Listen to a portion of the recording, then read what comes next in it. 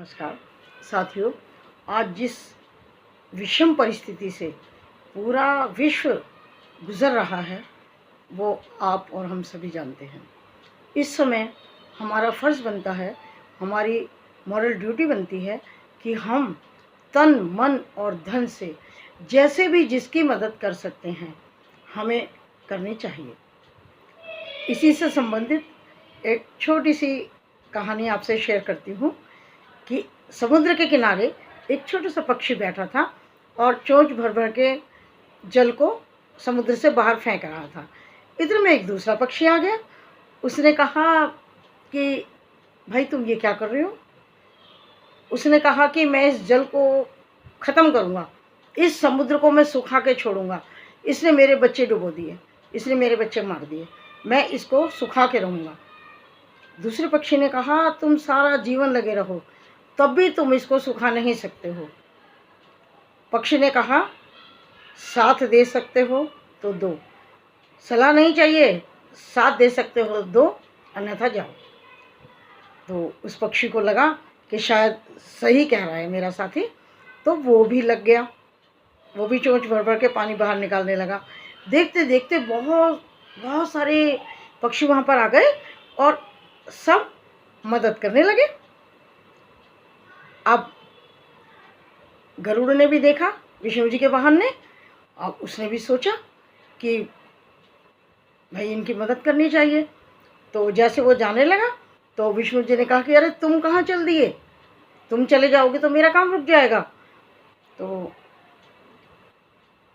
गरुड़ ने कहा कि नहीं, मुझे अपने साथियों की मदद करनी है और मुझे सहायता देनी है उनको, और सलाह नहीं महाराज, इस समय सलाह नहीं, सहायता चाहिए। तो गरुड़ चले गए और फिर विष्णु जी को भी लगा कि हाँ वास्तव में सलाह देने का समय नहीं है, ये तो सहायता करने का समय है, मदद करने का समय है।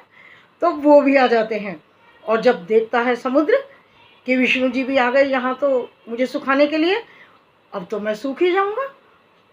तो वो एकदम प्रकट हो गए, क्षमा मांगी और उन्होंने उस पक्षी के बच्चों को लौटा दिया समुद्र ने।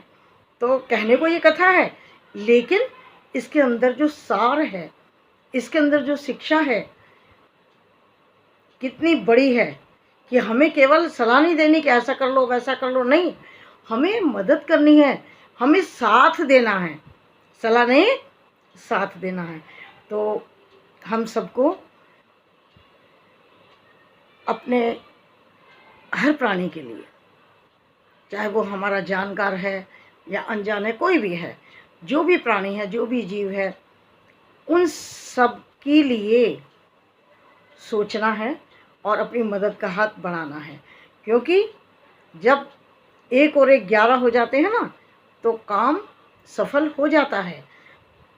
हमें अपनी शक्ति को पहचानना है कि जब हम एकजुट होकर के एक ध्येय को पकड़ के एक ही तरफ अपनी सारी ऊर्जा लगा देंगे तो हम ज़रूर सफल होंगे।